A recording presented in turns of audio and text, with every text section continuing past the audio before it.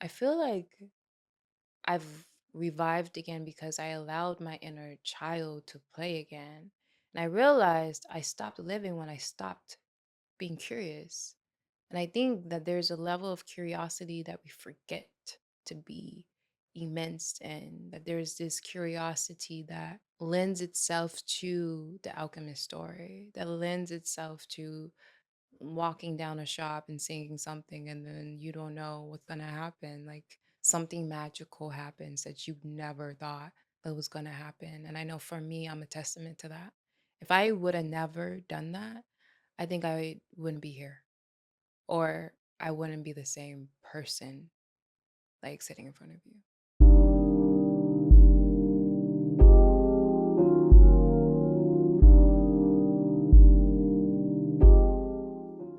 Hi, everyone, and welcome to the Sam Dever Podcast, episode 98. In this episode, I speak with Briana Spencer. Briana is an energetic somatic body worker that I met out here in Los Angeles. And when I met her, we had a conversation, and she told me I have a very interesting story to tell. And sure enough, she came on the podcast tonight, and she most definitely does. I can't wait for you to hear it. The book of the episode is going to be Quantum Spirituality by Peter Canova. This is a very interesting read, especially if you're into spirituality and studying different religions. Again, book of the episode, Quantum Spirituality by Peter Canova. If you want to listen to this podcast, be sure to follow us on Spotify and Apple Podcasts. If you want to watch this podcast, be sure to subscribe to our YouTube channel at youtube.com/@the-Sam-Dever-Podcast. Here's my conversation with Briana. Briana Spencer, welcome to the Sam Dever Podcast. Thank you. This is one of those magical moments. First of all, kudos to the scarf. Thank you. Yeah, you honestly may have contested for maybe best dressed guest. Yes, we love to hear it. Yeah, we've had some great ones, but you're definitely in the Okay. conversation. And then we've coordinated psychically.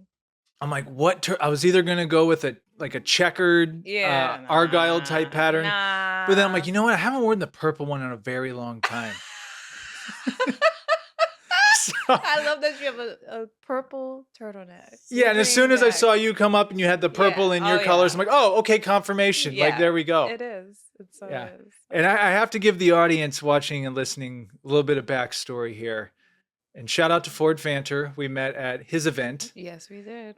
And we had a conversation. It wasn't a full length one, but it was just enough. Yeah. And I remember, I never forgot this. You go, I have a very interesting story to tell. And then you just kind of faded away into the night. Like Prince. This is a dedication to Prince, just letting you know. Yeah, with the purple and the, see, we're already there. Like, we're already there. Yeah. This is a good start. Yeah. But like, I remember, like, it was the way you said it, I believed you. I'm like, you weren't just saying that to say, I'm like, she really does. And like, you told me that you're actually from here. Mm-hmm. That's all I know. Yeah. Then I went on your website and I looked up and stuff. you're like, Yeah. So, who are you? Oh my God. I guess, where do we begin? Like, where do you start? Where does the story of Briana Spencer begin? You can start wherever you would like and tell us as little or as much as you would like. And we can just go from there. Yeah. So I'm an LA native, born and raised in LA, especially in 90s baby, 1990. Shout out. And so I grew up though in a very kind of rough neighborhood.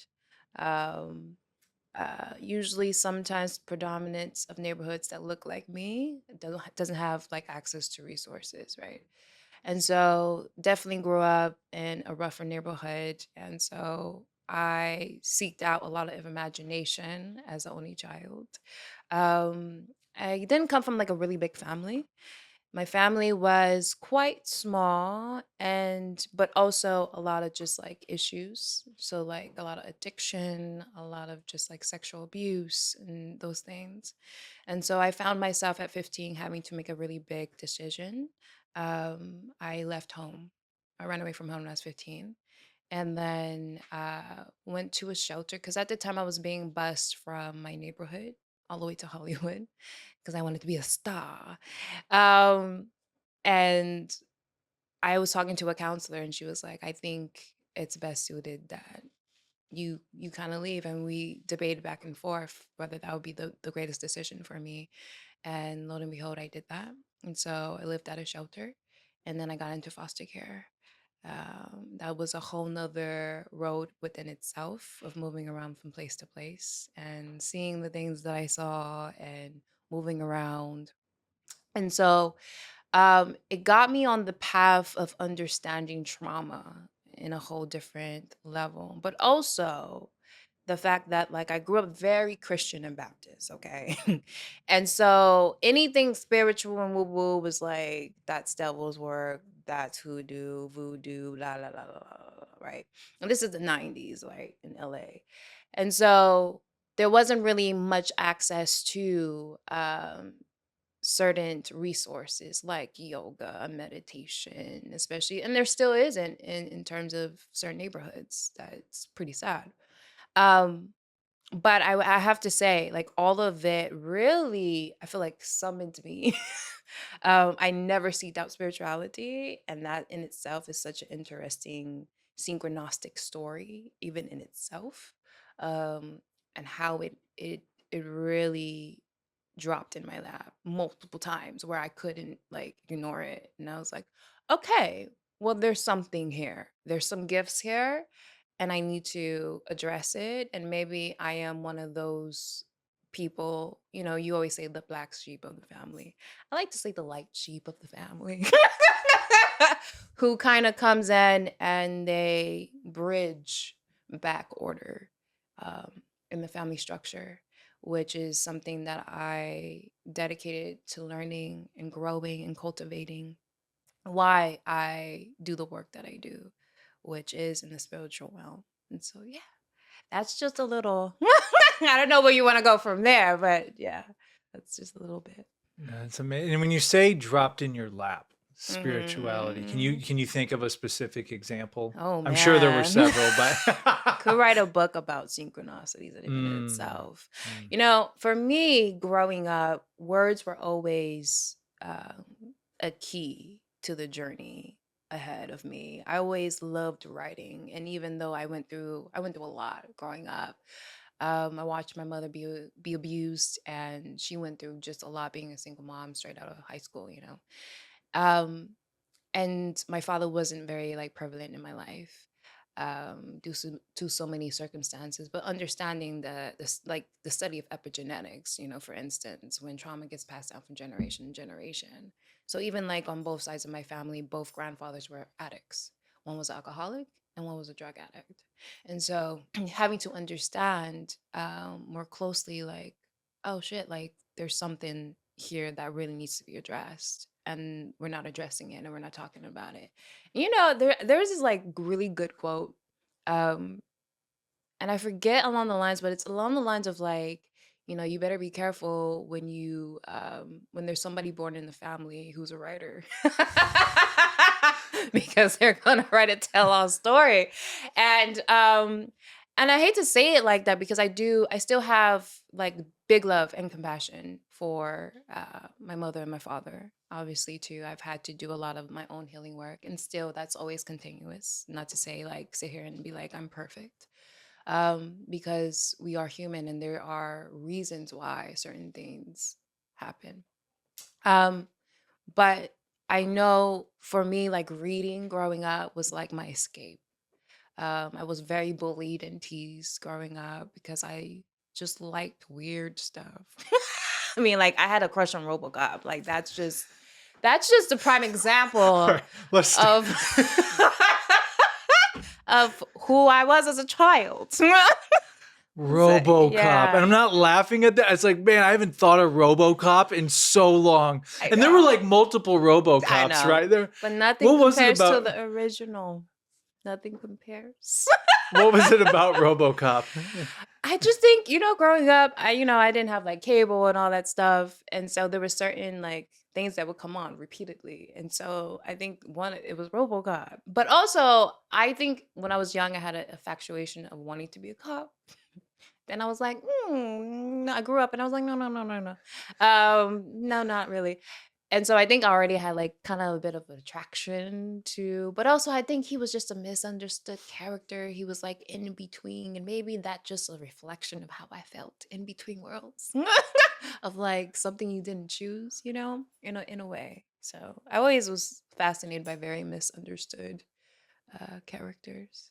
So And right now, this is going to dominate the YouTube search engine because we're going to clip this and it's going to say, "Woman breaks down the true dichotomy of RoboCop." Seriously, I mean, it's deep.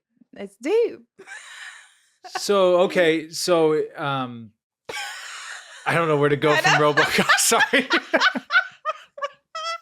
Because if we can just pick, I mean, what I love about this, I feel like this is going to be one of those conversations we're going to be able to go down everywhere. Yeah, everywhere's like a trap door rabbit hole. It's like we go, whoa, we're going Alice in Wonderland, like seriously.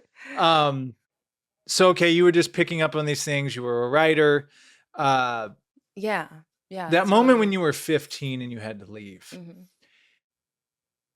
Was that something, and you can go as little or no detail if you want, but is that something that was like an instant decision or something you had been thinking about? Could you That had been something I was thinking about for a while. And then what happened was my great grandmother passed away. And it was interesting. I felt like when young, I was raised in multiple different homes in a way. Just seeing how things were with my mother because she dealt with a lot of depression. And so it would be like she would be great. And then like she'd have periods where it was just, my great grandma was one of those places where I got raised up in. Okay. And then something happened within the family. I think there was an argument between my mother and someone. And we weren't as close anymore, but she died. And it was very strange. It felt like after she had passed away, there was something spiritual like going on with me. But also it was one of the lowest periods of my life. And I didn't really want to live, and I was really contemplating suicide. Because the bullying was just so much, and I just felt really unseen, unheard, unloved, blah, blah, blah. And just more like a burden, right? Sometimes you feel more of a burden, like you're not helping.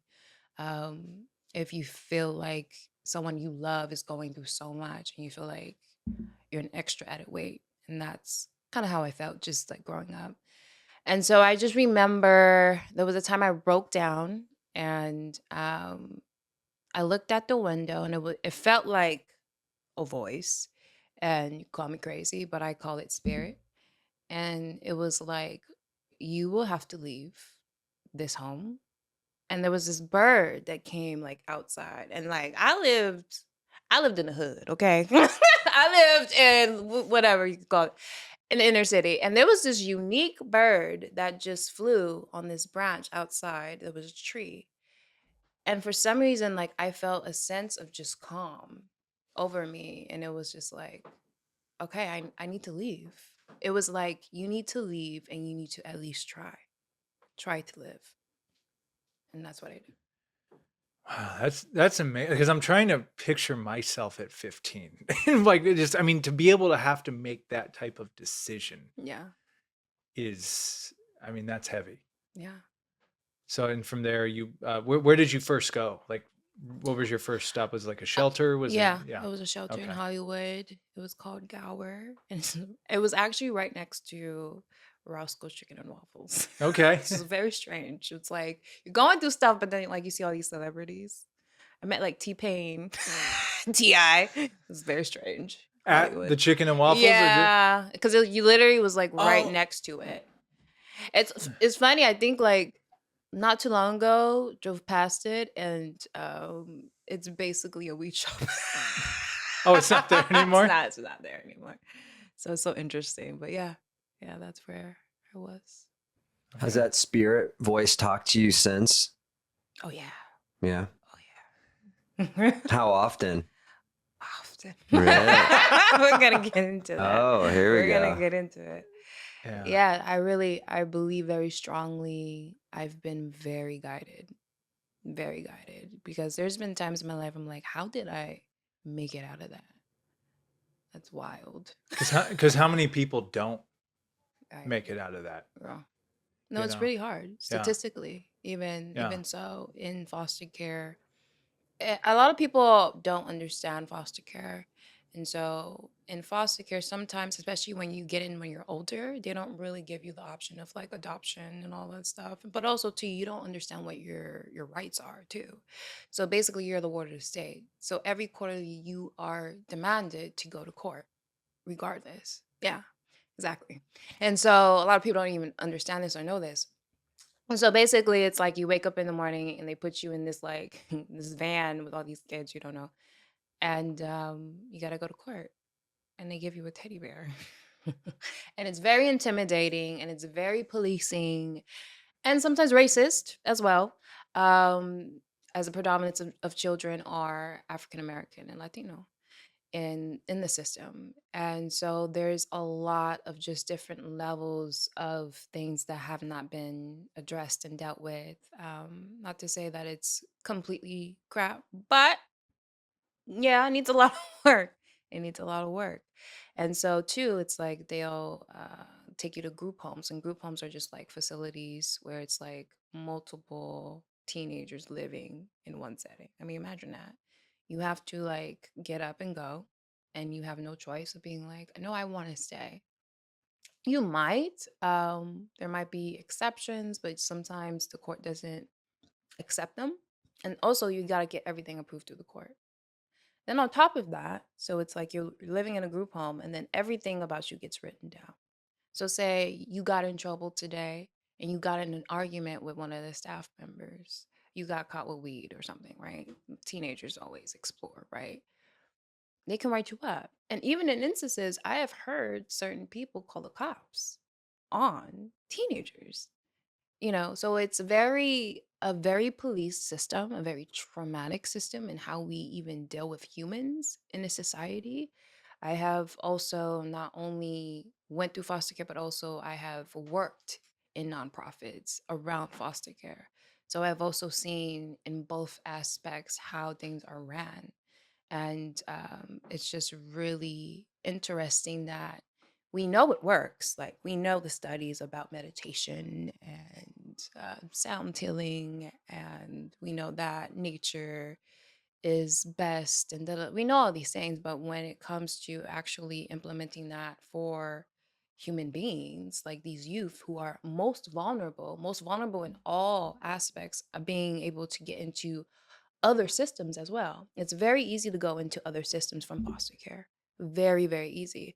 Because I mean, imagine like you don't have any support, right? You have to live in a place that you don't want to live in. It's fucking crazy and chaotic. You living with people you don't know, who come from such different walks of life, who have certain mental illnesses, emotional needs. So there's also bullying within the group homes. There's also people don't understand certain neighborhoods also have gangs.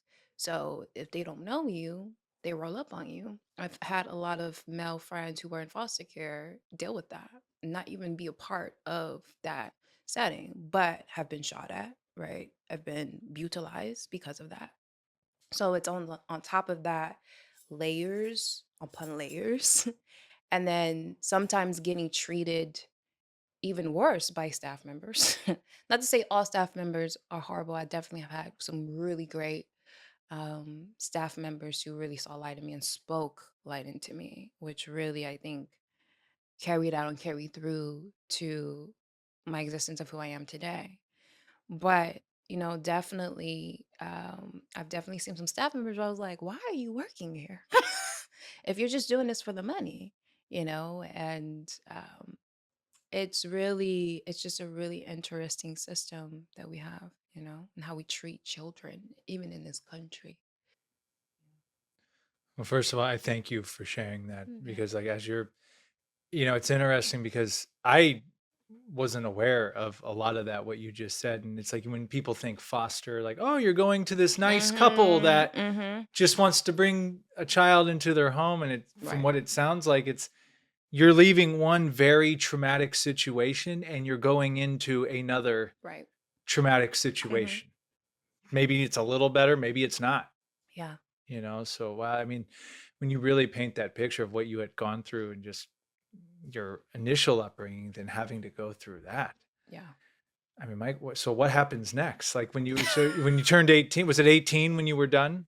Um, So, I mean, now they have better laws now with Karen Bass and what she has been able to, AB 12, she passed that. But back then, they didn't have AB 12 when and I what's started. AB 12? So, Just AB 12 is where they are able to extend it to sometimes 21, even maybe to 24, certain resources. But now they're able to have like the option of getting a check where they'll have like more stability because aging out of the foster care system is a hell.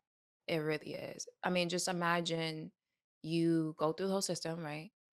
And then you don't really have that much support, right? You've like met 500 people and they've made promises that they never followed through and never kept, right? And then they're like, well, here you go. And then you're like, oh, taxes? Credit? You know, like when I like first got like a place, they were like, yeah, like your light bill is determined on your credit. And I was like, what? And then having to explain to people like, oh, I didn't really live at a previous place because I went, it's like people don't understand like the different levels of like, oh shit, like being in the real world and then coming from this, it's like weird. They say it could be the equivalent of like coming out of kind of prison because they do have level placements in foster care too. It's wild. Well, and I mean this with all due respect, but Yeah, when you yeah, were describing it, it sounded like a yeah, prison type yeah, yeah. system, There's the way it was so being many. Oh yeah, run. oh Like you yeah. said, it was policing and Yeah, yeah. the way you There's a describe it. So lot. yeah, so There's a it's kind of lot. like I mean, yes, there yeah. needs to be rules. Don't get me wrong. There needs to be rules and structure. Um, but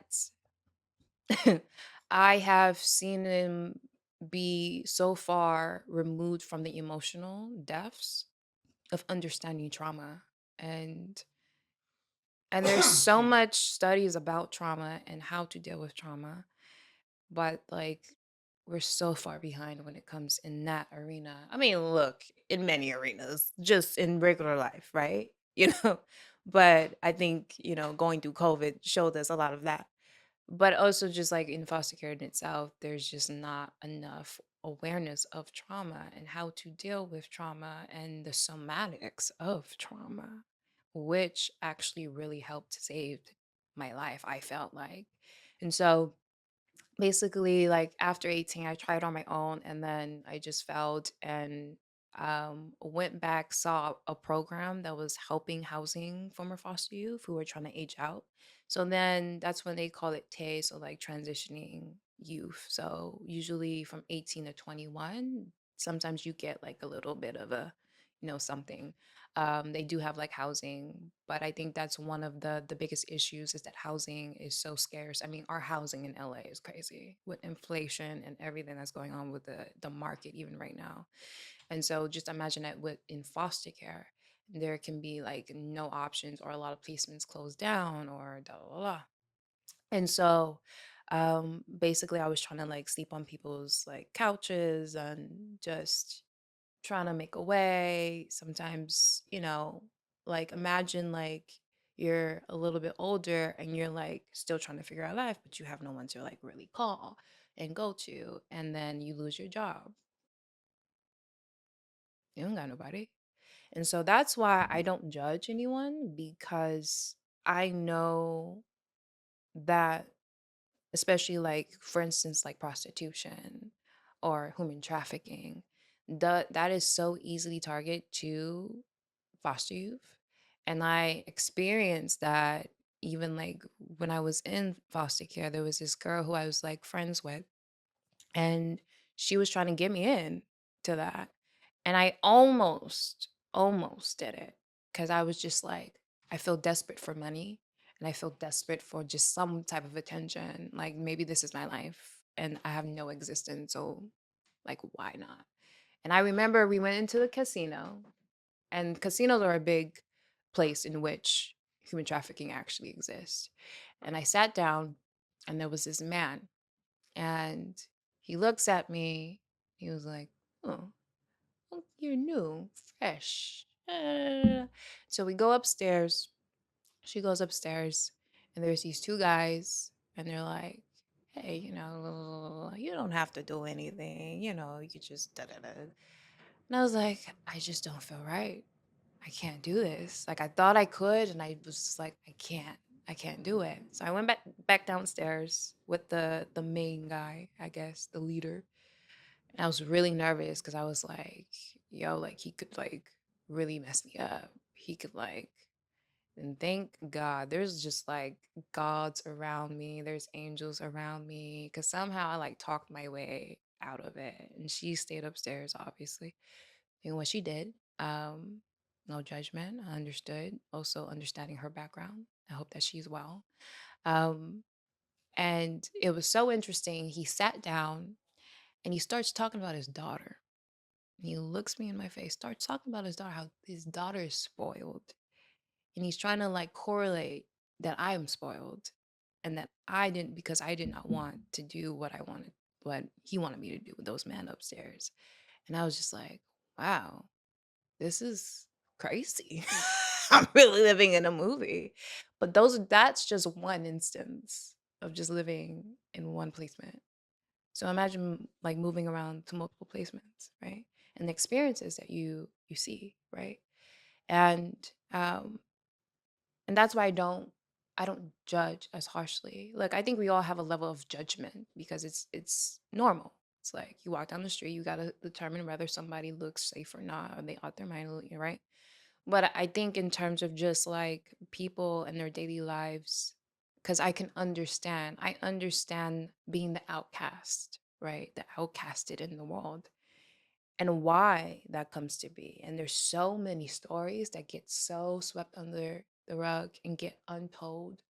And I remember I actually worked at a place and I worked on a caseload and I would just some of those stories of some of the youth and what they went through, especially with immigration, man, deep, deep stuff that you'd be like, I don't know how I would be able to make it out saying.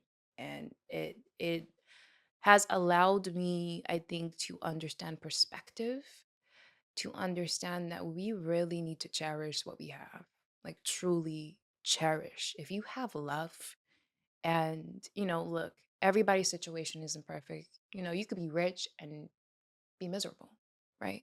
And I've seen it, and I've worked with people who have been super rich, um, and been like, "Oh, you are miserable." You have, but you have no perspective of life, right? You have no perspective of life, and maybe culture either. Um, and I've been around people who have nothing and just amazing, right? So I think it really has taught me that was like the first teaching. I think me coming into this human body, maybe I chose this because I needed to understand perspective and understand it in a universal standard of why we do the things we do. And I've always been very fascinated with psychology. Um, at first, I thought I was going to school in Santa Monica when I was like kind of aging out. And I didn't finish because I hated school. I hated school. But also, like, I just felt like I was so far behind because of just, I moved around so much and getting like in and out of schools, right? Imagine that. And like paperwork you gotta do, and like, it's a whole thing. So I think I was just exhausted. I was like, yo, like, I don't know what they're talking about. I'm gonna do my best, but I'm like, I'm behind, academically. And I just was like, wow. But I was so good with like somatic things. I always was good with like dancing. Like I was in drill team in middle school. So I was like got that. And then also I realized I had like the gift of gab a little bit, kind of sort of. Like growing up, I was very very quiet and shy. But I think actually going into foster care, I had to really learn how to advocate for myself. And then I realized I was a really good speaker and people started asking me to speak and I was like, oh, okay. And my very first thing that I won when I was in middle school, and it was a field trip of all girls, which is very rare. It's very rare. And it was like an arts poetry like contest, and I won out of, I think it was like 25 schools. um and literally the topic was like, what makes you a woman? And I remember I read the book of Maya Angelou and being so like moved by this being of her story, what she went through, the fierceness of Maya Angelou. It's still to this day one of like my sorrows that I didn't get to see her like speak before she left this earth. Um, but I just knew poetry for me. There was just something that stuck. And Jack Canfield's soup, Oh, chicken noodle soup chicken for in the the soup. soul. Oh Yeah, yeah. yeah. So I was always like immensely immersed in that. And I remember when I was 15 and I ran away from home, there used to be a Barnes and Nobles when they were around, up the street in Hollywood. And I used to go there all the time because there was nothing to do all day. And that was also the thing that's quite shitty. It's like you're like sitting around, there's nothing to do all day. You're gonna get into some trouble, right? But I was a good girl. I tried to be, whatever that means. Whatever. Good, bad. Yeah. But and I just was so immersed in this imaginative world. And then I felt like soon that started understanding the metaphysics of manifestation and visualization, and that I would speak something and then things would start to kind of happen. I was like, that's weird. Synchronicities. And one of those books that really helped me was The Alchemist. Have you read The It's Alchemist? brought up on this podcast frequently. Frequently. Serendipity. Yeah, I Here we know. go. It's wild. It's so good. So I remember, so let's go back. So I'm in Santa Monica College and I decided, you know what? I'm going to immerse myself in yoga. And I took yoga too. For some reason, I was like, I like a challenge. Let's just do it. And I took yoga too. And I really felt like that really gave me a home in my body again. I can't describe what I felt transformed for me, but it did. That's when like the weird stuff started happening, like the numbers, and you're like, what was happening? I was like, what is happening? This is so strange. I'm seeing numbers. I'm like, people are saying things, and then Numbers like 1111, yeah, I started 777. seeing numbers. I started seeing 333 at first. That was my first angel number. Now they're just buck wild. They're just out in these streets, just buck wild numbers every day. It's so funny. And so I was like, okay, this is, but it was like my first kind of intro to really immersing my body somatically and like staying still. And that was hard for me because it's like, the mind races, but also understanding like, oh shit, like I've been through so much and I moved around so much. So my nervous system is just crazy. Um, and so having to sit with myself, that was a lot. That was a lot. But what I loved and blessed about is that because if I had to pay for a yoga class, I wouldn't have done it. Wouldn't have done it. It's hard. It sucked. I hated every minute of it. I was like, I thought this was supposed to be peaceful. And then you realize like there is work to be had. Were you doing hot yoga or regular No, yoga? just regular Okay. yoga. Yeah, some Maka college doesn't offer all that. Maybe they do. Maybe they stepped their game up. But yeah, I couldn't do hot yoga even to this day too much. Um, but yeah, I was just doing that.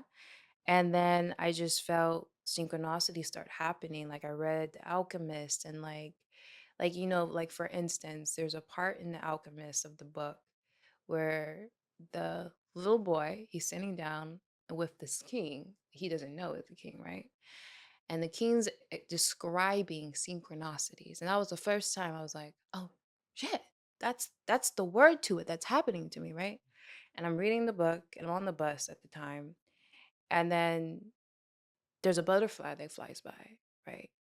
And the little boy's like, is that a synchronicity? And the king's like, yeah, that's a synchronicity. And I swear, I stopped at that point, right? Got off the bus, and then a butterfly flew by. And I was like, oh, wow. And that to me, those were like the first stages of what I call understanding spirit, listening to spirit, hearing spirit talk to me. So yeah, I'll take a little pause. I feel like I've been.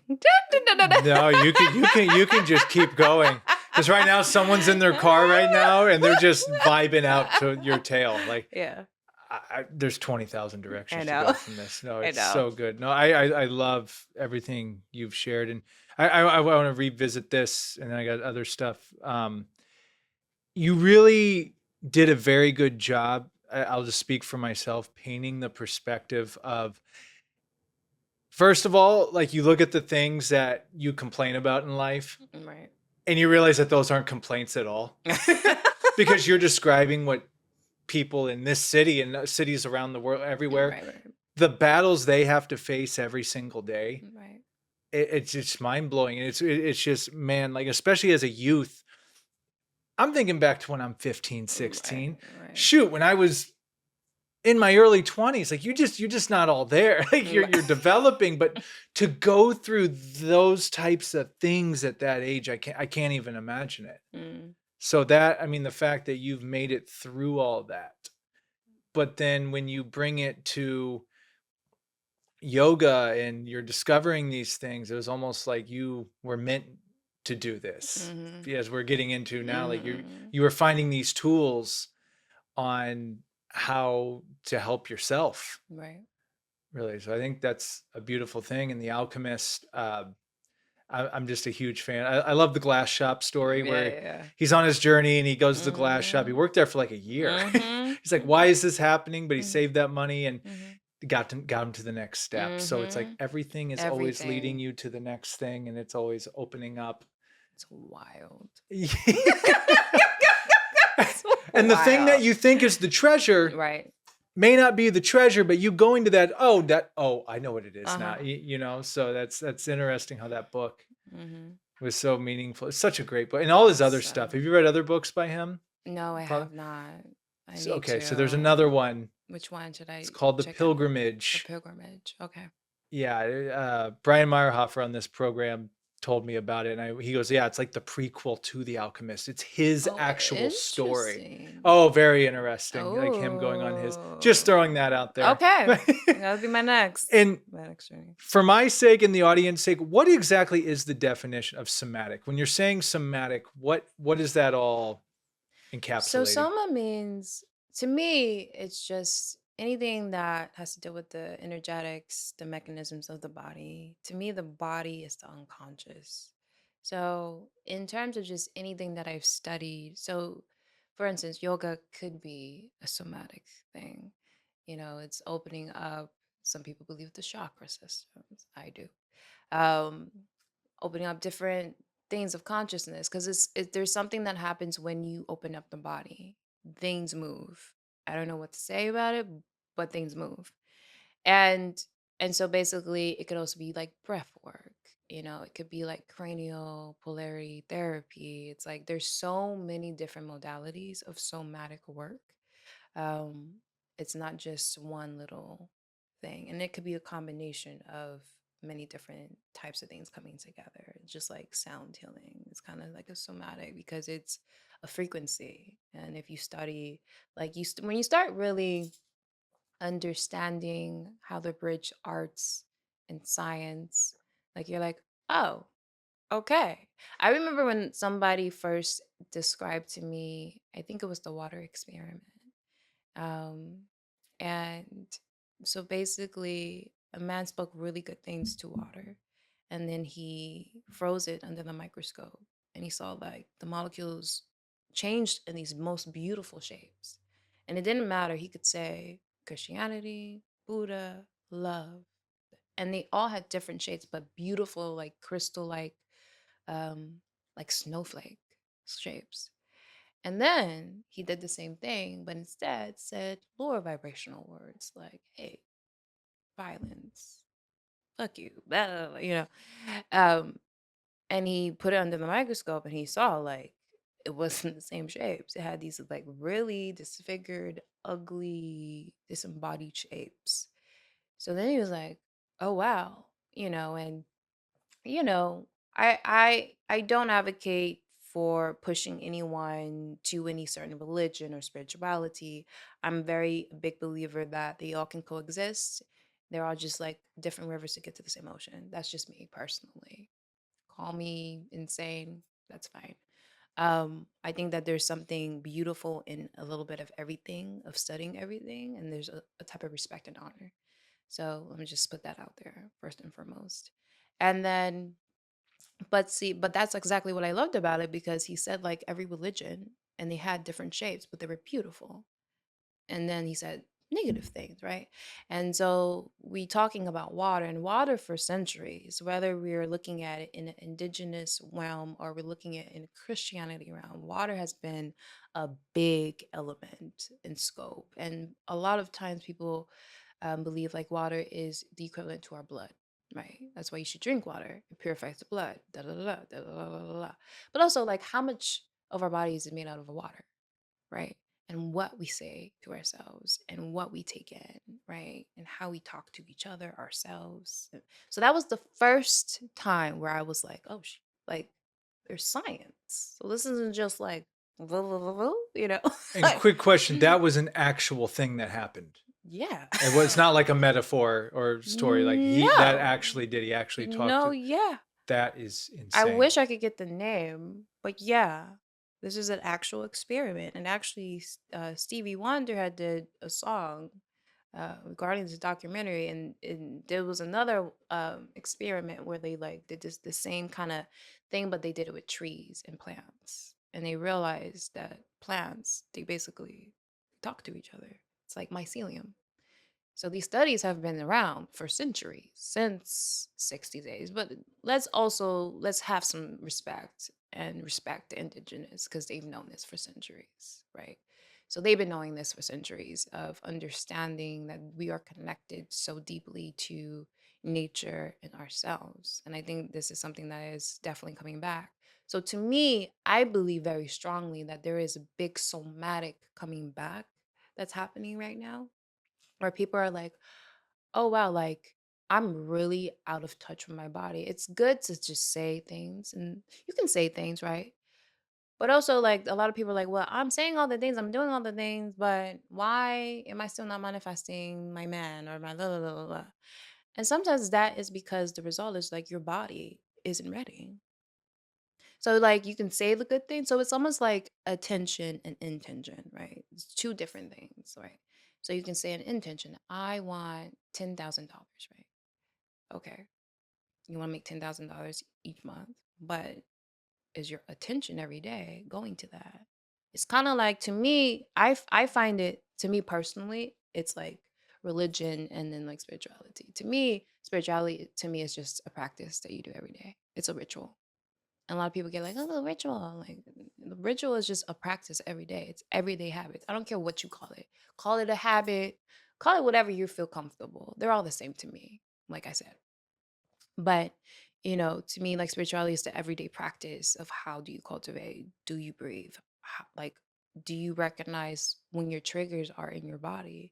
Right. And sometimes we have such core wounds within us that block us from getting and receiving that $10,000, right? Or that love that we want, or da da da da, because our bodies have not sped up to it. Your body could still be in the past, even though your mind wants to move forward. So to me, that is the power of somatic work. Somatic work is able to get the unconscious out. There's something called muscle testing, right? And like a lot of integrative doctors do this. And I think that was also one of the first things when I got introduced to an integrative doctor. He laid me down and he started doing muscle testing. He put like certain things in my brain. I was like, well, this is weird, but he could tell like a yes or a no just by like doing that. I didn't need like a whole like, $10,000 test. But and that was like fascinating. I was like, wow, why is that? Because our bodies know. Our bodies have the answers if we allow our bodies to have the answers, We don't give our bodies enough credit for being in this world. We don't, because we're going, going, going, and we live in a very modern day era where we're bombarded by so much. I am included, can be very ADD. If I wasn't before. I'm just alien, I'm just a half breed. I'm just living in this earth. But you know what I'm saying? Like we were bombarded by so much and technology and la, la, la, that sometimes we forget the breath. Like just that's all you need. You're good. You're safe. Your body is safe. You don't need to do in order to get. Though I do believe that people have a different design. And that's also another like I can like go on and on and on. I can go on and on. So like I do believe in human design, which combines 5 different modalities together. And there's like 5 different types. So there's like generators, for instance. Like they have a lot of like root chakra pressure. So they are like the builders of the world. Like they build and they're and that's how they move. I'm a projector. So that's just not how I'm supposed to operate. I have less energy to do that. I'm meant to guide people. I'm meant to mentor people. This is my dharma. This is what I'm here for. I think just learning all these different like modalities has helped me understand, oh wow, we're all like a part of the piece of this beautiful pie or cake or whatever your dessert is. And we all can fit. Like there's enough for all of us if we really believe that in our body, right? So yeah. That's Again, just a little it's just it's like a Wheel of Fortune or something. I got to I know. spin. Which way do I want to? Let me spin too. Yeah, yeah. Oh yeah, Take a spin spin. it. So I really do agree with the somatic, like the body keeping the score and the Oh, yeah. somatizing diseases and stuff like that. Yeah. So what would you recommend to someone that just doesn't know anything about that, as far as like, but curious, like what, like reading a special book or reading, like looking up certain things, like how, like where do you begin that journey to learning how to like heal yourself somatically? Well, I always say start with the breathing. I know that sounds so fucking corny. And I'm like, there's a part of me that's like, girl, this is corny. I'm like, okay, but it also saved your life, Brianna. When I started doing yoga class and I started getting into that, and also I think that life, spirit, whatever you want to call it, talks to us, but we are so immensely in our own stuff that we don't listen to the signs, right? We don't we forget that we are the alchemist here on earth, that we can be the shepherd's boy and we are on this journey, but we can master that. And so to me, it's always starting with breath and understanding like where are my toes, where are my hands, where this, and then also listening to like what things excite you. Like not everybody's gonna be excited by the alchemist, right? Not every Some people are like, I love tantra, maybe I want to go there, right? I would say just like what is it that feeds your soul and feeds your spirit, like, and also like to me, giving back so you can understand perspective, get yourself outside of your own ego, right? And getting into somebody else's world. That helped me immensely when I started doing that and donating my time. But also, like, magic happened for me. Like, literal magic happened for me in my life. So, and then reading books, and then like understanding more about yourself, like getting into human design. What is your human design that's uniquely you? So you can understand how you operate, how you are supposed to like move in the world. So like I'm a projector. I'm a projected projector. So also that means I need to wait for the invitation. So you came to the party. You came to me. I said what I said. You said, "Okay, I want this girl." Right? And there wasn't like any like pull like because that's how I operate. Like I need to wait for the invitation. And when I heard that I want to pass out, I was like, "What do you mean? Wait for the invitation? I don't got time to be waiting on anybody." What do you mean? But it made so much sense. I was like, so to me, it's also like, can you also live in your inner child? Can you play? And I think we forget that. We forget to play. We forget that we also have a wise one, but we can play. We can paint. You can be an artist. And I feel like there's something uniquely about artists because they can listen and attune themselves and they can feel deeply. But also, like, you just hear the messages. I don't know how to explain it. It's like I call it spirit. And to me, that saved my life. Truly saved my life. And it manifested people seeing light in me when I didn't see light in myself. And people like gave me opportunities, like scholarship opportunities to do some of these trainings that I've done. And I've been able to speak on certain stages. I've been able to manifest speaking for Jack Canfield. I remember I spoke at an event, right? I spoke on a panel about foster care. This woman comes up to me named Marcy Cole. She does these things called First Tuesdays. Didn't know her. She goes, I want you to speak for Jack Canfield. I was like, what? This is a man who, like, I read his books and it saved my life in certain instances. And then I'm on the stage. I'm like, who am I? I'm just that girl who was born out of what? But that also is just when you listen to spirit and you keep the path, and I feel like that's what I did. And I'm able to sit here and be like, I'm alive. Somewhat. And I'm here, yeah. So that's a long, long, long answer, but I don't know. And I think it's just so uniquely for everybody. It's not gonna look the same, you know? Well, a question I had about the human design. Yeah. How do you like? What are the different categories of that? Mm. Yeah. I was just looking it up. There's like a test you can take. Yeah, A human it design is. test. Yeah. It Interesting. is. I have never heard that ever Me either. before. That Interesting. stuck out to me as well. Because I'm like, I'm trying to find out what I am. 'Cause- And I yeah. actually love this because I do believe, I was just having this big conversation the other day, how I feel like human design bridges both like a good masculine and feminine, like yin yang polarity, because there's such a structure to it, but also like there's actually a graph, and it gives you a graph how you actually like operate. So it combines the I Ching, which is Chinese, is one of the oldest texts ever. And then there's the Kabbalah, so the Kabbalah system, which is a whole nother thing. And then the 9 chakras. That's how I knew it was real, because I was like, there are 9 chakras. Mhm. And then quantum physics. And then on top of that, astrology, but 2 different astrology charts.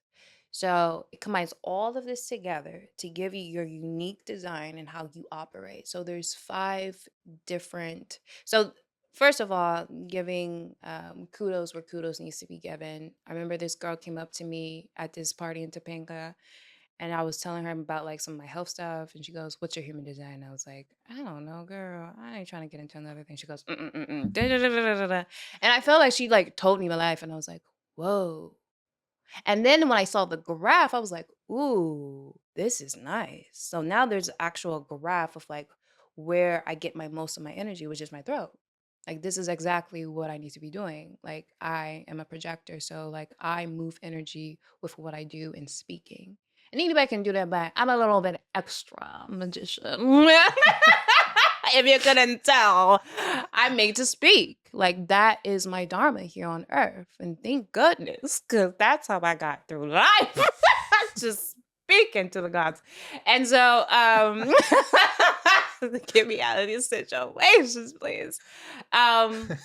But that's what I love. And then like there's generators, manifestors, projectors, and then reflectors. And so basically what makes a reflector is like all of their chakras are open. Like they have no channels. And then what I love is that there's also separate from it, there's from the I Ching. And so this man, he saw human design, and he's like, even their gene keys, there's 64 gene keys, and everybody has a unique um everyone has a different gene key. So if you look at the graph of human design, right, there are numbers within each chakra, and these are a total of 64, but everybody has such a specific set of gene keys, and that gives you your specific purpose of why you are here on earth. Even gives you your genius of like career, like, so it tells you like, so to me, like gene keys are like archetypes. So you read them and you're like, oh, this is like the jokester archetype, or this is like, and it also gives you the shadow aspect too of like, in order for you to get your most abundance, you need to overcome the shadow of da da da da da. It's very powerful. Everything you're saying is making complete sense to me. It's really Like I feel like every podcast, because we talk so much on like the mind and psychology, spirituality, and like, and it's funny because like as you're describing everything, because even like before the podcast, Eric and I are talking about, getting to the next level, Yeah. like maybe I just should have been breathing more. I've been just skipping like, and I'll relate. I'm jumping all over, but like I relate to you a lot on the yoga thing because I've jumped back into it these past several months. Oh, Yeah, and it's congrats. I go once a Okay. week. It's not like I'm doing it. I should do it every That's day. something. It's hot yoga, but it's That's something. Congratulations. the phone's off. Exactly. You're in that space. Exactly. And the more you do it, the more I'm starting to understand why you're doing like It's like it's not just an LA thing. oh, it's totally LA. It is. Yeah, you're right. It's totally LA. Shout out to Core Power in Studio City. It's but it really is an experience because you have no distractions. Like you're there with your body, like you said, and I guess people, you just have to go do it to know. Like Eric's done yoga, like it's like you're getting conscious of certain movements and body parts that you didn't think about. Didn't even think about. Yeah, like even when you do those little adjustments from like, hey, lower shoulders below the ears or something like that. And I'm just like, I'm describing it terribly, but it's like, but it's real. It's real. And so you have me thinking, it's like, man, maybe, especially in this world of technology and social media, and it's go, hustle culture. Hustle. If you're not posting every 4 hours, you're failing, Right. It's like, man, just breathe. Just breathe. Just be in your body. And I think that's the power of gonna really respect and honor like the ancestors before us. I'm gonna quick shout out to the ancestors. Yo, my ancestors. Sorry. What a whole ancestor. Oh, they would be very laughing at me right now. No, but really, I do, because I feel like, so I will say on my journey, every time I did any type of healing modality, it always came back to ancestors. And I was like, what? Okay, ancestors. And I did something called family constellation therapy that I really highly recommend, especially if there's a lot of weird dynamics in your family. And so basically, like, for instance, I got one done and I was like, I want to focus on why is my home life and my money always crazy?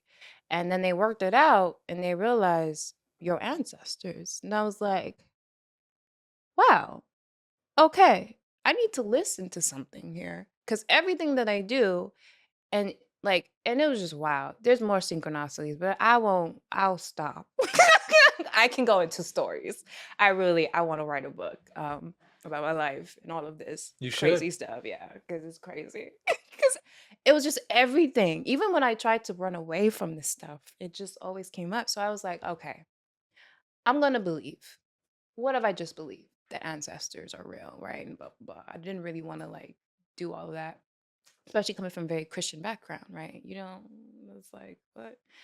But then I really realized, I was like, oh, like if we believe in the study of epigenetics, why do we not have a belief system in our ancestors that we can carry our ancestors and we carry our ancestors' pain, right? And we carry that from generation to generation, right? It's just like, why are cats scared of pickles? Well, because they look like snakes from blah, blah, blah, blah, blah, right? I don't know, Egyptian times, who knows? So then I was like, okay. And this is where I find fascinating about us humans, because it's like we try to like cut off stuff. I don't know what it is. We really forget that there's a thread connecting to everything. And there's art and there's science connected to all of this. If you just really take the time to research and look into it. And so once I really like started doing that, it's became more apparent. I was like, oh, ancestors are real. And I can move energy and transform energy. I don't need to pass on the sickness of greed, depression, addiction that was in my family, and that I can do it different. And Lord and behold, if I ever have children ever one day, hoping that I will pass something very differently and they won't have to go through some of the same things that I went through. But when I say like this work has saved my life, I mean that from the depths of my heart. But also, I had to believe. And I had to, and it's rough out here in these somatic streets. It's rough because, especially, I'm a woman and I'm a Black woman too. And there's already enough in that in our community when it comes to very fear-based things around this. And I've been blessed enough that naturally I've had some amazing indigenous people um, be in my life naturally and be able to teach me kind of the technologies back again. Really, the technology is just nature, really. And some of these people do some amazing things. I'm gonna tell you a Momo story. Okay, I'm You can gonna tell sit as there. many Okay. stories as you want. And so, how even shamanism got into my lap. So, this was around the time I was aging out of foster care. Okay. Didn't know what the heck I was gonna do. Reading The Alchemist, but I was doing the yoga. And I started having like in between states of dreaming, which is like sleep paralysis. But I would see things and I was like, I don't think this is normal. And it was like every night. And I was like, yo, I think I'm going crazy. And the only frame of reference that I had was like, the devil's about to get me or something like that. I was just like, what is happening to me? I just didn't understand. And then I was like, I feel like I'm feeling things. I don't understand this. And then I remember at the time, thank you to the heavens that be, the angels, I did this internship and it was for former foster youth. And this beautiful angel of a being came and she taught us that there was a science behind palm reading. At first, I didn't want to listen to her. I was like, this is weird. And I was like, oh, there is. Okay. And we stayed in touch on and off. And I remember I lost my job and she had called me right when I lost my job, like right when I lost my job. And I like broke down crying. And I rarely was a breakdown crying girl for anybody. And she goes, honey, I want to introduce you to this group. Maybe a shaman. I was like, a shaman. It's like, you start researching, you're like, I was like, no, no, no, no, no, no, no, no, no, no, no, no, no, no, no, no. I like to pray to Jesus. We don't do this. But then it was just so strange. Like I would start having conversations with people and they would bring up shamanism. This was wild. So I remember I was walking down the streets. Sounds wrong. I was walking down the streets of Hollywood. But I was at the time doing business with this man, right? And it was for like Amazon, selling like flash tattoos on Amazon, something crazy and simple. Didn't even work out because he ended up being like an ass. But that money got me into moving into a different place. Remember, you talked about the treasure, right? Mhm. He wasn't treasure, but that helped me move. But what was wild, I was walking down Hollywood, getting out of his office, and I'm walking down the street, and I'm friendly to anyone who I feel like has light. And there's this man, he clearly was homeless, right? But he had so much light to him. I just know what it was. And he looks at me, he's like, you look like you've been to the shaman. And I was like, what the fuck is happening? I mean, like when I say like it's been like that for me in my life, I'm like, okay, maybe I need to listen to this. And so to me, that really was a defining moment because that was a beautiful conversation that I had with that man. He told me about his experience during the 70s. He got into drugs, blah, blah, blah. But I remember walking away and he goes, hey, come back. And he gives me like this handmade um, dream catcher. It was like a little tiny handmade dream catcher. And that was very significant for me because me and spiders, we've got a thing. And I don't know from birth. Just I have just spiders. So I'm believe that spider totem is a part of me. But to me What's a that spider totem? so Oh, I love not to this. derail. I love this so much. Yes. So sometimes we believe in totems. So like the indigenous believe that if you see a certain animal or creature frequently, there's some message that's there, right? And so for me, like even just from I got stories for days about spiders. I don't know what it is. Spiders love me. And it could be the smallest spider. And they're always, but spiders represent writing. They are believed to be the creators of words. But also they carry the wisdom of grandmothers before us, passed down from generation to generation. If you like read folk tales about spiders and from Africa, from whatever, um, that's what they kind of represent. And there's a lot more that they represent with that, but So when he gave that to me, I was like, oh, because dream catcher, but this the woven thread, right? And to me, for me, it signified like the gifts being given onto me, the beauty that I have of the artistry to weave through life and to see perspective, like the constellations in the sky, right? They have their constellations for a reason. There is a connective tissue, fascia within us, right? The connective tissue that is of life, right? And so in that moment, those are just the smallest moments of medicine, right? In which I've been feeling like got me on this path for a reason, why I'm sitting here speaking my story and my truth. But I'm liberating so many stories of people, right? Liberating the stories of women, Black women, foster youth, blah, blah, but also my own labels, that stories that I still healing out of my system. And so I give deep, deep reverence to the people before us who have had to suffer, but also understanding like I can stop that suffering if I listen to my body. It could be that simple. It could be as simple as a deep breath and a written word and someone seeing light in you. So I always say, like, speak life into people because you just never know whose life you're changing. I remember those moments as tokens in my deepest, darkest sorrows of having people say they saw light in me when I didn't see any of that, any of it. And that's medicine. Deep, deep, truly deep medicine. Yeah. You've got a lot of light and it shines bright. Yeah, it really does. Even when I met you out in the street there, it's just like, whoa, like color, like it was like everything just vibrant. Well, purple. We had the Well, the purple. purple. The scarf helped. Yeah. Yeah. Yeah, no, I just think no, all of this is extremely fascinating, and it's interesting too, like on the journey of just reading, trying to read every spiritual book out there, and Right. you know, Which is you great. yeah, It's which is great. great, but like and like you, I But like what, then, yeah, sorry. yeah, no, like just what you said.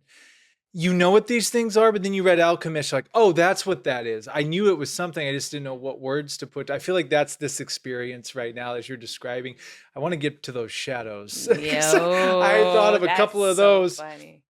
Uh, Let's but get to it. it's staying on what you just talked about. I've heard more and more about how generational trauma, Mm, how it gets passed down. mhm, But it, like you just said, it takes that one person mhm, that stop. mhm. We're not going to let this continue on. Like we're going to be the ones to deal with this Yeah, and face it. So is yeah. that, what is it? Just again, like just taking those, just awareness that is that in Mhm, itself yeah. the first step to something like that. Just even being aware that that's there. Phew, that's a question. But there is a truth to it. Um, I have to say, what religion taught me how to understand the light, but the indigenous taught me how to move through the shadow. And so I believe very strongly, to me, the most powerful healers, guiders, truth tellers, storytellers, no doubt have been people who have bridged both aspects of understanding my shadow, the depths of that, and then understanding the light and moving with that. I find that those people have a certain different type of grit and truth and authenticity because there's a lot of people faking it. And I've done that too, where I've like fake it till you make it. In some instances, that could be true. But when it's like real and it's in depth and it's embodied. And to me, the shadows are just really embodied, period, point blank. They're not, they're the aspects of it that we want to hide so deeply. Like we all have a certain amount of jealousy, greed, dish. I mean, we live in this society, right? We've been brought up sometimes in a very scarcity mindset. We haven't been brought up in a very communal aspect like we would be in certain other places that are more communal than us. And there are societies that are that and don't even have a whole bunch of money, and they're so much richer in just their joy, right? And I've seen it and felt it. It's felt. It's an energy, right? You step into them and there's an energy there. Um and so to me, it's also like, do you have the willingness to sit down with yourself? Are you ready? And do you want to learn? How much of a student do you really want to be? Are you so enmeshed in your ego? And I say this to myself because I still get into my ego. So I get in my way, just from survival tactics I've used, and still untangling all of that from my own nervous system. But to me, it's just like, do you have the willingness and do you want to listen? And I find that's the hardest part. It could be so simple, but it's us. We don't want to listen and we think we know everything. And we're like, and don't get me wrong. Like, there is a knowing, like, you know what, this is not for me. Respect. Cool. I'm not gonna be for everybody. And I respect it. I don't want to convince you otherwise. If you're not feeling safe in your body, you're not ready, it's a no. Cool. There are some people who just like, they just move through life just like, I know everything, and because I'm a big shot. And it's like, okay, but is that really serving you? What are the things that you hide that you really are not talking about, right?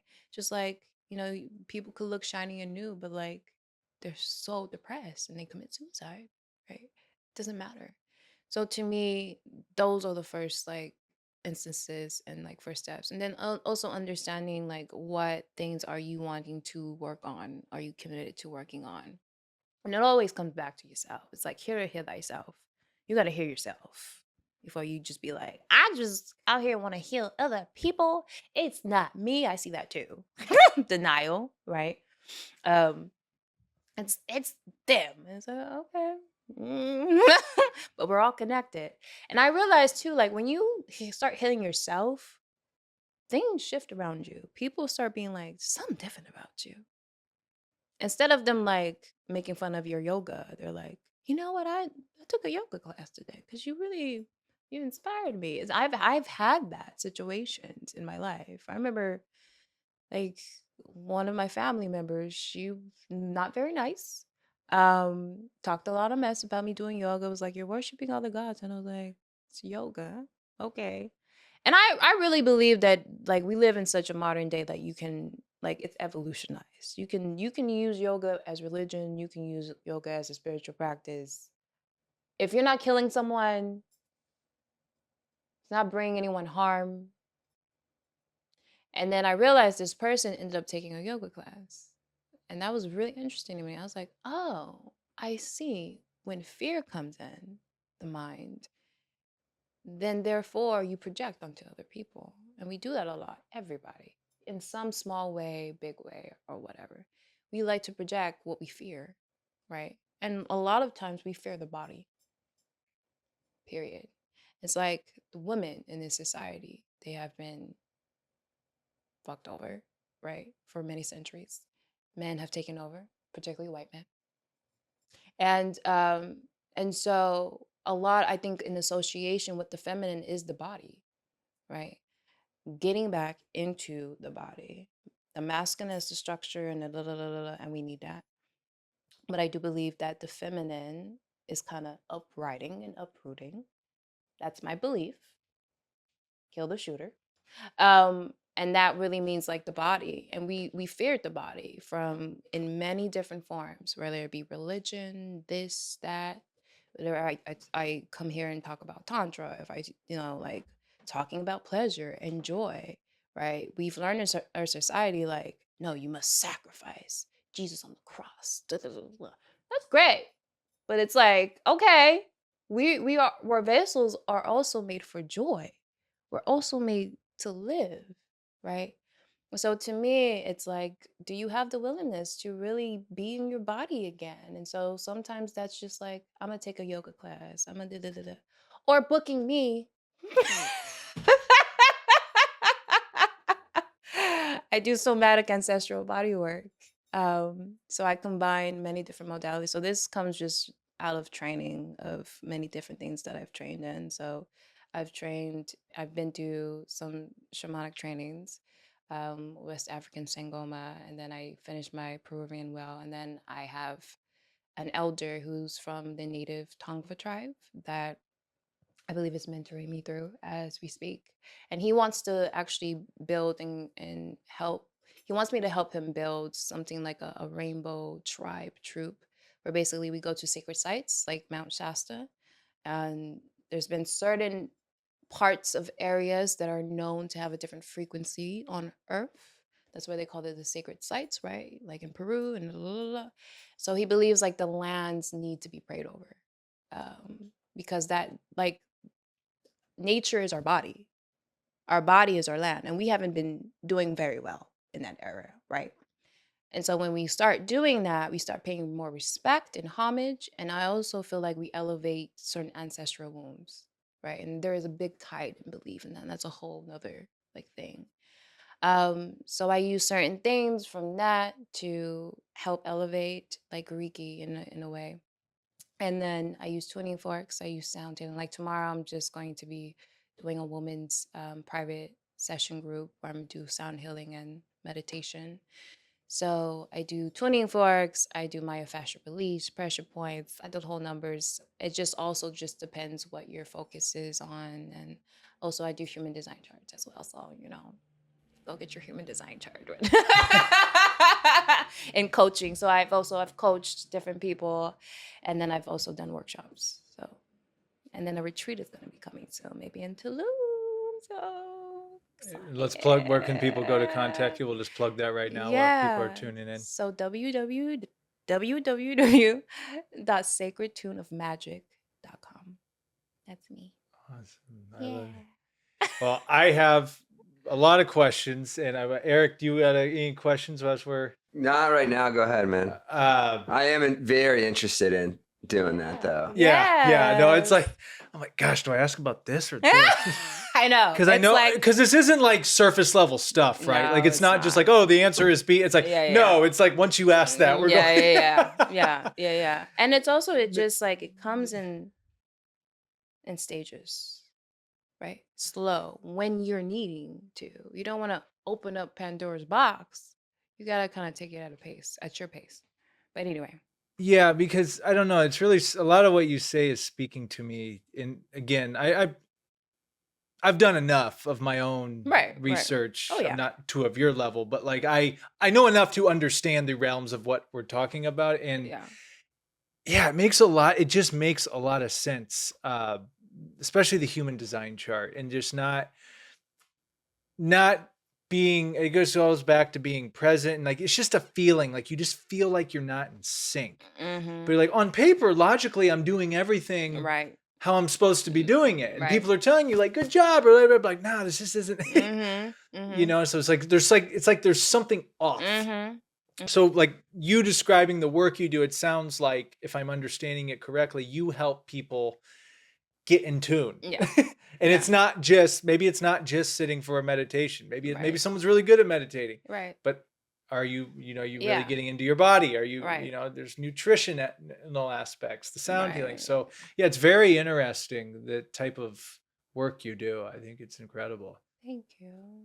And I've been holding this one back Ooh. Uh-oh. because I've been going down some rabbit holes lately. Her name's Yeah. Dolores Cannon. Oh, yeah. No longer with us, but she was big on the soul contract. Mm-hmm. And I've been going down that rabbit hole lately. Basically, the way I understand it, before you come here, you know what your mission's going to be, but then you come here and you don't remember it.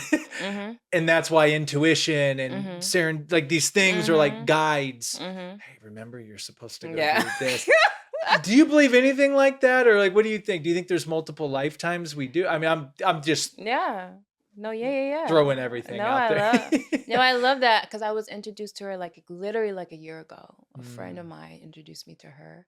I was like, oh, okay, cool, that's cute. And but then I was like, oh, okay, no, she's speaking truth. And actually, somebody like gifted me her program. So I went through I went through her program, actually. Wow. So you Yeah, like, yeah, so you, wow, yeah, like you're like the yeah, first person I've talked to that knows who I'm talking about. yeah, Like, yeah, wow. yeah. Like I tell other people, they're like, what? I saw it on Yeah, TikTok. no.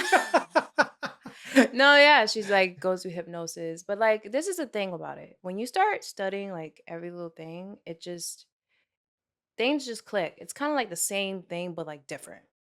It's the same thing but different.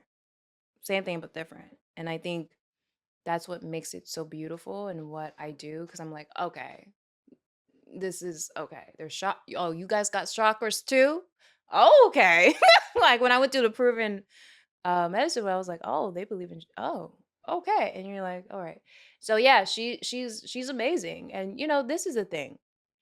I believe whoever's meant to be for you is meant to be for you. Whoever your guides speak to you. I believe everyone has such a different design here.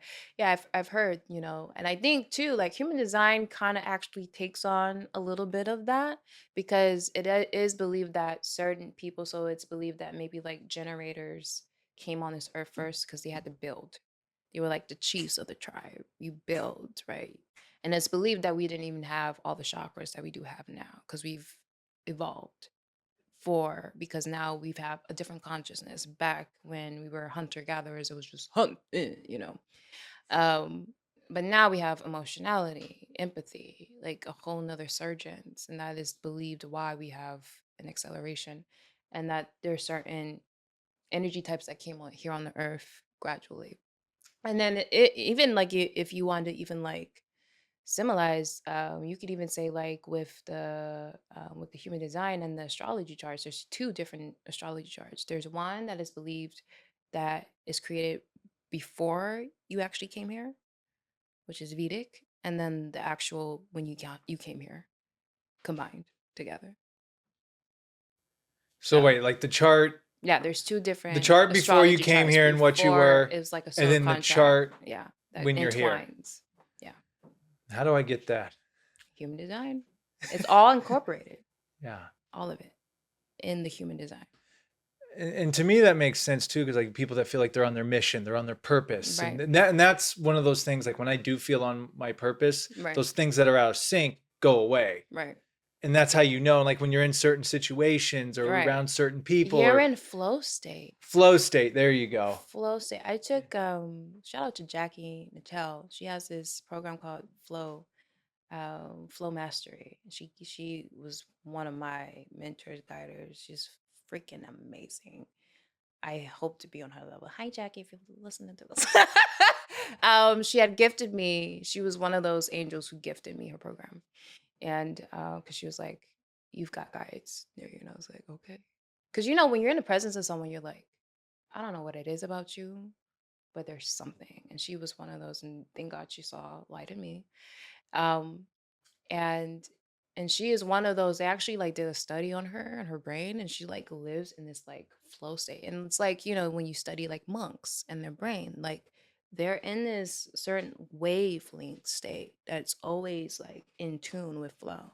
Like no matter what, there's just even if, you know, they're going through so much, they're still it's like, and that's what I'm saying, it's like being rooted. It's like you, despite of you have your tree, you are your tree. How are you going to master your tree?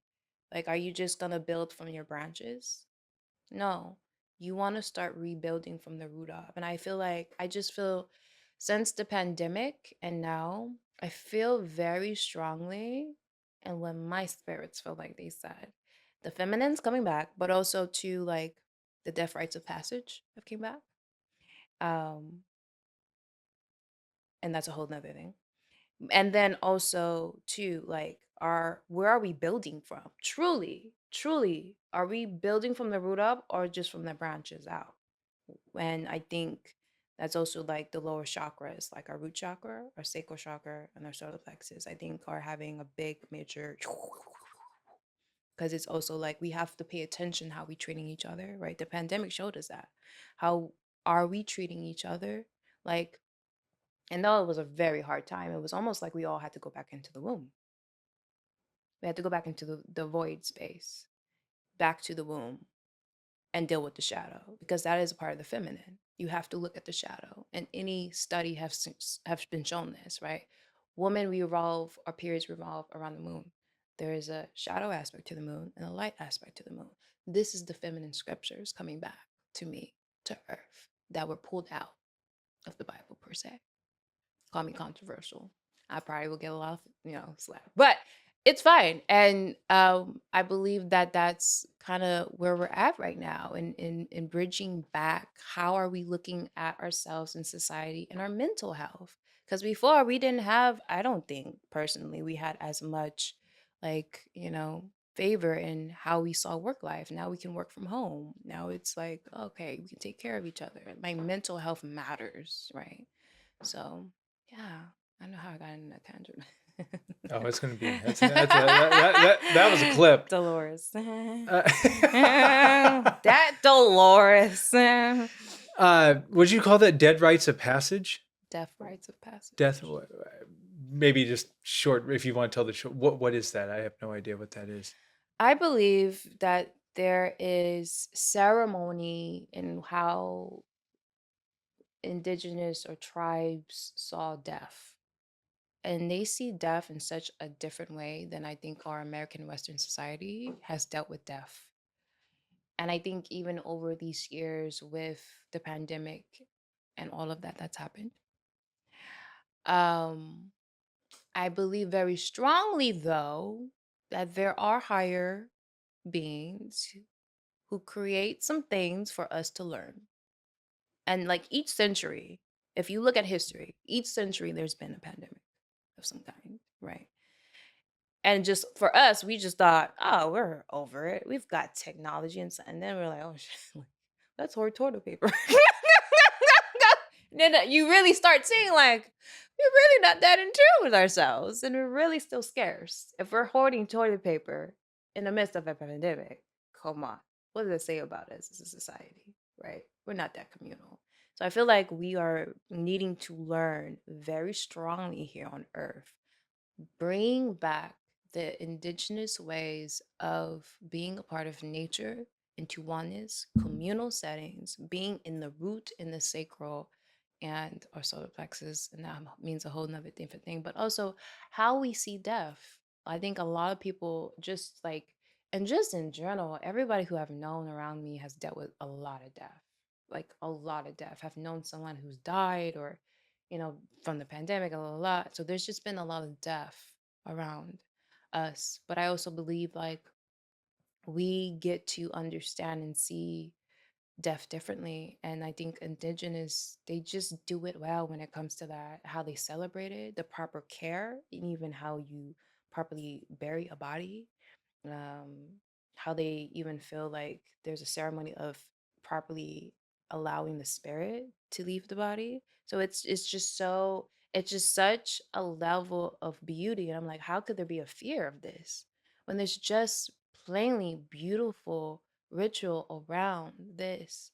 And if you like do something like ayahuasca, right? She's the grandmother, feminine, death. They say like you die, right? But you come back with a message of something different, right? And it's also like the snake, right? And which is associated with ayahuasca, right? But also, interesting enough, the snake is also in the Bible, right? So you start seeing like, oh, there's like different ways of looking at these if you connect them. And so to me, that's kind of what's going on right now. We're kind of like all having to die to ourselves, in the midst of what we've been through in these couple past years. And it's also like it's up to you how you gonna see your own dying to yourself, and are you gonna meet yourself, right? It's like you have to come respectfully to your shadow, and understanding like I'm gonna sit with my jealousy.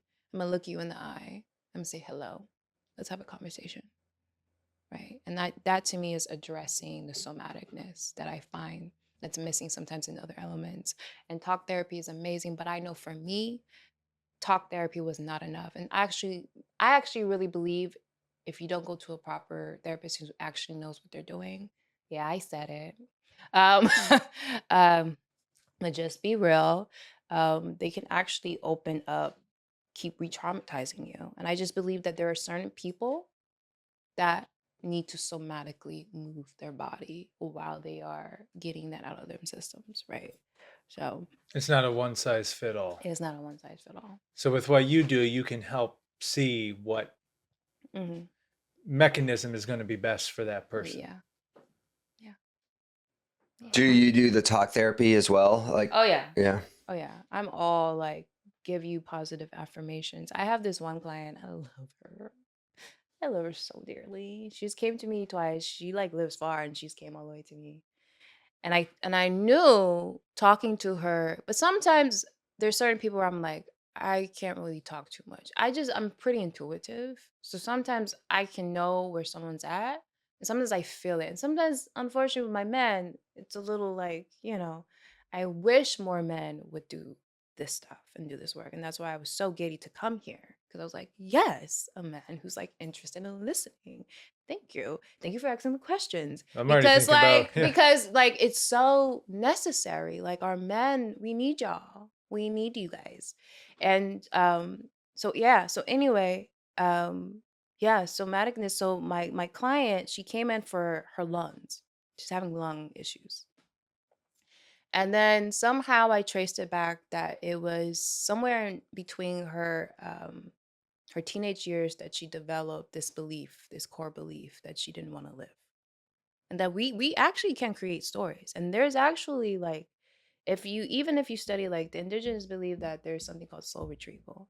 So sometimes it's like you can be stuck at certain places within your life and you don't even know it. So my trauma happened when I was 15. I still can have elements of me stuck at 15, right? And there could be a core wound and a core story that I have not dealt with that is keeping me from my $1 million. It can be as simple as that. And that can be done with like muscle testing. There's a whole series of things that can be done, that could give your body like a yes or no indication. And then from there, like I just knew like I have to bridge back safety. And she was holding, like, usually there's emotions that are also tied to certain organs in the body. Then you start learning that. And so, like, lawns hold grief. So I understood that she was holding a grief. And so, understanding and speaking life into her, speaking life, because, like, I just know for me, I'm a projector.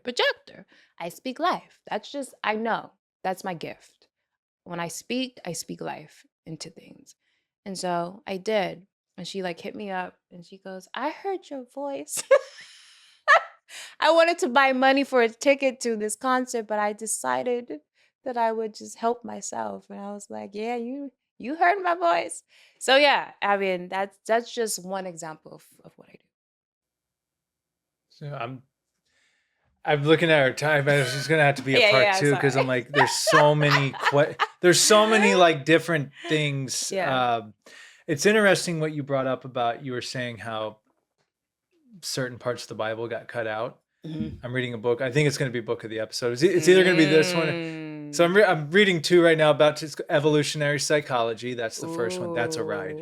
But when you're talking about the cats, why are they afraid of pickles? Because, well, it's like ingrained in them, similar like to us humans, like when we Right. recognize certain dangers that we were used to facing every day. Yeah, So this other one I'm reading, quantum spirituality. Oh yeah, it's like a rocket ship, man. Like but it's very interesting, and I'm not even halfway through, but they're talking about how, yeah, a lot of this ancient wisdom that even Jesus knew, cut that out. And we're going to put this under the structure of our religion so it makes sense for us, type of thing. I grew up in the Christian church as well, and I'm not putting it down by any means, but it is interesting when you start to look behind the curtain a little bit and then find this information that not only is it information you didn't know about, but it actually makes sense.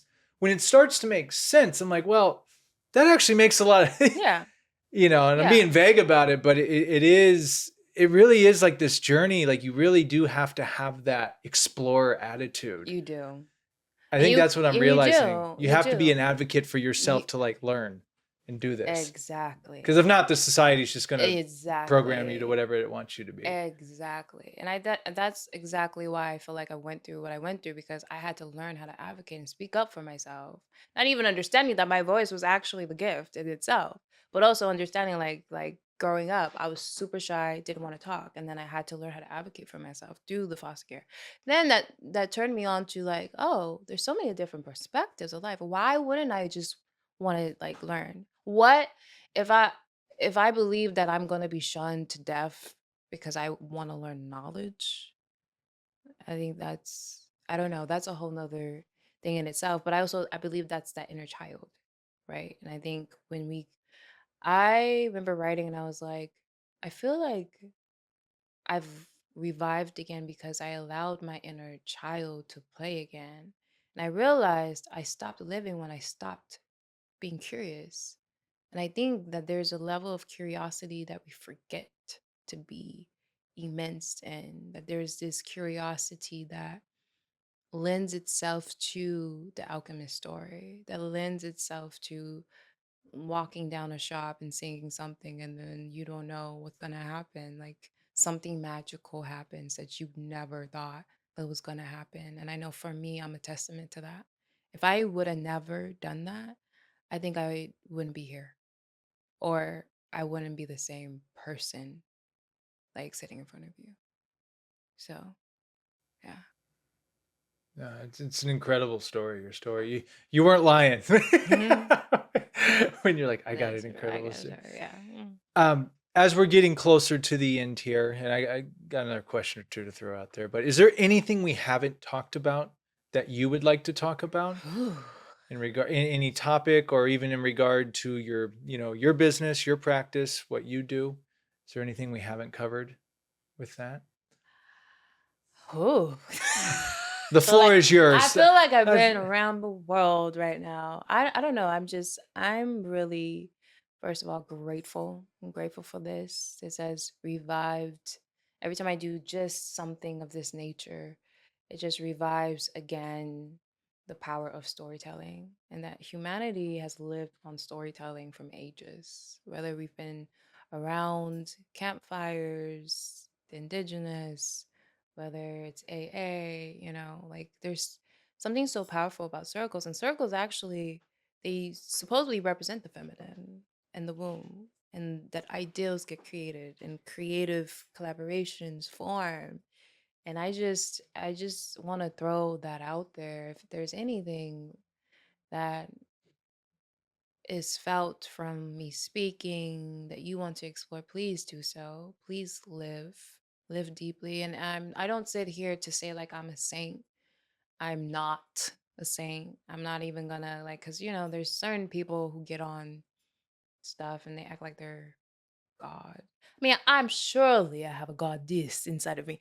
But also like I'm human too. And that's the thing. I'm sovereign, but I'm of human, and I am not perfect. And I'm not scared to sit here and be like, yeah, I've got my shadows, but I'm also like there's nothing more powerful in this world than the work that I've been able to do. I know that I'm meant to be here for this specific reason in itself. And so I'm really blessed. And then, like I said, like I have my website. If you want to go on there, there's also options of like how you can book me. I mainly work out of a place in Beverly Hills. So that's mainly what I do. Sometimes I do go to people. That'd be a little extra of a charge. But yeah, and I just do Zoom 101s, recordings, and yeah, and I'm starting to do more. And if you ever want a session, if you also want me to come speak for like private groups, blah blah blah, I'm all for that. So do you ever do like discovery calls with people, like consult, like say someone's hearing or listening to this and like, I this sounds, I don't even know where to begin with yeah, this. yeah, You know what yeah. I mean? Like, would you use that one of those, part of what you do is see where Yeah. someone's at and maybe, okay, Yeah, I hey, would here's what love we, to. You can email me as well. Yeah. This is good. Put an option on there. Yeah, for yeah, sure. no, it's incredible. And it really has, again, back to what we're saying with it's like there's so much we don't know. There's Like so that's what much. I guess that's what I'm trying to But say. that's also what makes it fun. Right, right. And that's I see Yeah. I get that's what that fires me up Me too. is like, oh my gosh, like there's who knows what. Mm, But I think yeah. we just accept things are the way they are. And that is actually a question I had for you. And we touched a little bit on it. Where do you think about the direction we're going? Because I personally, just to share my own personal Mhm, bias, I don't think it's the greatest as far as sure, technology is great, cool mhm, AI, whatever, but mhm, there's a saying in one of the books I got over there. I think it was The Science of Self-Realization. right. They were talking about, oh, the technology, this, and the wise one or whatever was like, you know, we're the same as what we were thousands of years ago, except instead of using sticks and stones, we Mm, use bombs and bullets. mm, Like the same energy is there, is mhm, what he was saying. And we think we're progressing so much. I love what you said that uh, our bodies are the technology. The nature is the technology. mhm, We think the more that we're developing this, and yeah, it's cool, it connects us to phones and the technology, but we're losing grasp of like mhm, this mhm, mhm, because we're just glued to screens and mhm. eating things we shouldn't be eating and not Right. moving our bodies. So Mhm. what do you think about the general direction of just society, the world? For me personally, just how I see things, I think I've seen humanity at its worst in my story, right? I've seen what humanity has done already to children here in America, okay? So to me, also, what's happening in the world with the war and everything, there's just no doubt that we know that there's a dark, lower vibrational, and I hate to even say it like that because it seems like it's like spiritual bypassing in some weird setting and way, right? But what I also know is that for me, because I'm so empathic and I can go under really fast because I feel so much and I feel so much for humanity. I mean, even like when the war started, I started having panic attacks. That's when it was just like, I am feeling the gravity of humanity right now. And I don't even know how can we make joy out of what's happening. But this is what I will say. I don't believe that we're ever going to get a perfect world. I just I've thrown that out as a concept. Do I believe that we are trying to evolve? Maybe so, yeah. Um, I try my best not to get into also fear bases because I think to me that's just more fear based of seeing our world as because to me it's like what you focus on, that's what you will get. And I know that to me to be powerful. And so I know both polarities of our humanity. I also know a world in which we do help people. I do know a world in which I've had people speak life into me. I do know a world in which um, people really lend forgiveness when forgiveness seems so out of tune. Like, how could you ever forgive something like that? How could you forgive a soldier who's like gunned down your whole village and your family in front of you? And to me, those are the tokens that we need to listen to, as much as we can listen to the pain and the junk food and the nut and the nut, right? But to me, it starts with us. Period. Point blank. Can't change everybody. You can't save the whole world, and it's not up to us.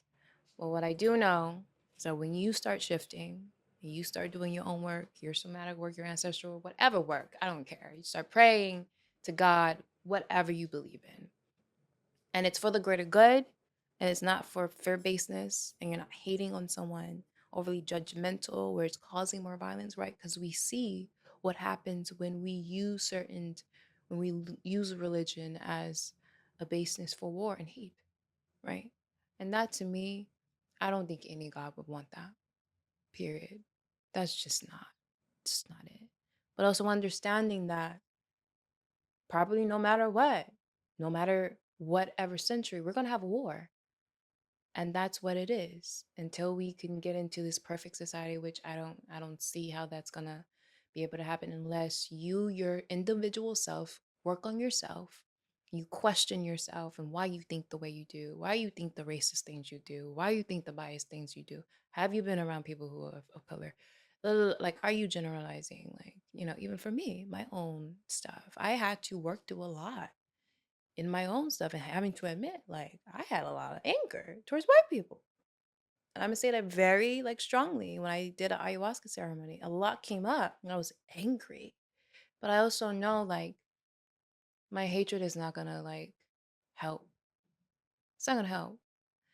And I can use what I have for the betterment or not. And I think that helps that I work with the elder Tata G. Um, and what I love, especially when you start working with these people whose land have been taken from them in certain ways, right? But they still are like, here you go. I give you love. I give you love. My brother, how are we going to look at each other? And we're going to say, I agree to disagree, and I can still love you. I can still love you, which is hard, especially when politics come into place. And you have to understand what your boundaries are.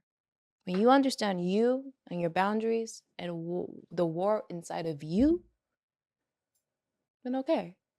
But some people get very jaded, and I understand that because I, as at one point, was very numb. Um, I didn't believe in existing in life. I hated life. I was like, well, stupid. I hate humans.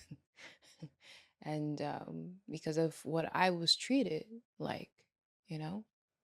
But if I can sit here and tell my story, then there's so many others, right, who are survivors of many different disasters and they get up again. And so to me, that is what you take heed in, right? In every century, if there's a war, anything, be an activist of some kind. Read books. Learn. If you've not been around certain people of certain religions or race, be like, I'm gonna like challenge myself. Or it's as simple as just like doing a good deed for someone. So those are the things that I take heed in. And I think that's why we also live in such a very unique time where we can bridge the communal indigenous ways, right? Talking in a circle, having a talking piece, lending beauty and blessings, and also our modern day technology, which, yes, it's crazy. And there's a lot of crap with the AI and blah, blah, blah. But also, we can Zoom people from across the world, right? We can like call people. It's wild. But even like last night I was at somebody's house and like they had like one of those lights where you look at the ceiling and it's like starry nights. Oh yeah. I was like, man, when I was a little girl, if you would have shown me this, I'd be like ecstatic. So sometimes we need to really keep hold of that. As much as there is the darkness, right? The shadow, we need to make space for the light and the joy because that's also what's gonna be used in order for us to just get through what we need to get through. Period, point blank. Focus on you, do what you need to do. Blessed be. That was amazing. Mm. Thank you for sharing that. And Eric, do you have any final words, questions? No, I do think it was serendipitous for you to be here too. It's just so yeah, I thoroughly enjoyed everything you're saying, and yeah, I look forward to doing. I don't know, reaching out and just checking out what you got to offer. So yeah, thank you for being here. Oh, thank you so much. Holding down the lights back there. Thank you so much, making me look good. Okay. Yeah. Oh, with your outfit. Oh, it's and the amount of gems you dropped and the clips. I'm gonna be tagging you a lot on social media. Be prepared. But I love it. Thank you. So I always give the guests the last word, but before I do, I know we've already plugged it, but where are the places for people to go? The website, if there's social media, where should people go to reach out to you or learn more about you? Yeah, like I said, www.sacredtuneofmagic.com. And then my IG is Majestic Eyes 22. Once again, Majestic Eyes 22. I made Instagram when I was 22. But also, that's my birthday, December 22nd. So yeah, that's like the main places in which you can like reach out to me. I have like a LinkedIn thing and Linktree to certain things that I've done and where I've spoken, and yeah. So Awesome. Well, Briana, thank you so much for this. It was truly a phenomenal conversation. I definitely can foresee a part 2, yay! 3, 4, What I 5. mean? There's so many Volumes, things. da-da-da-da-da. Yeah, volumes. There's so, but I echo Eric. This is very serendipitous, and I'm a Aw. big believer in messages come to you at the right time. Like everything you were doing, like, oh my gosh, Yeah, it's crap. yes, I've got to hit the journal or whatever I'm going to be doing. Probably Googling human design charts. I'm just going to be sitting in bed. And they're like, oh, he's on social media. I'm like, no, I'm on my human design chart right now. Oh my God. But I always give the guests the last word. You've given us so much already. It can be as deep as shallow as you want. What are the final words you want to take us out on?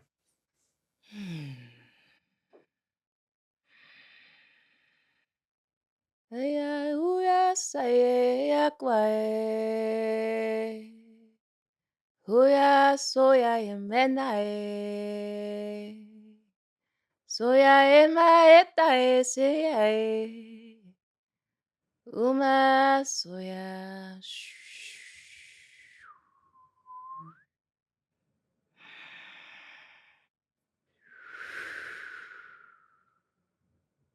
An honor. Thank you. Briana, thank you so much. Thank you.